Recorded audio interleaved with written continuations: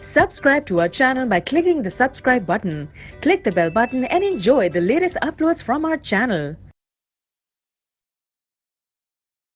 Coming to question number 10, answer the following. Which part of the ear determines the pitch of a sound? Sound की pitch कौन बताता है? Cochlea. Next is, which of part of the human brain is most developed? कौन सा part most developed है? It is forebrain. Which part of the central neural system acts as a master clock? कौन act करता है? Hypothalamus.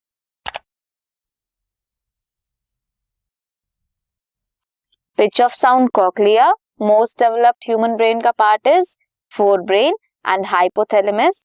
Central neural system को control कौन करता है? Act as a master clock. Hypothalamus. This is question number 10.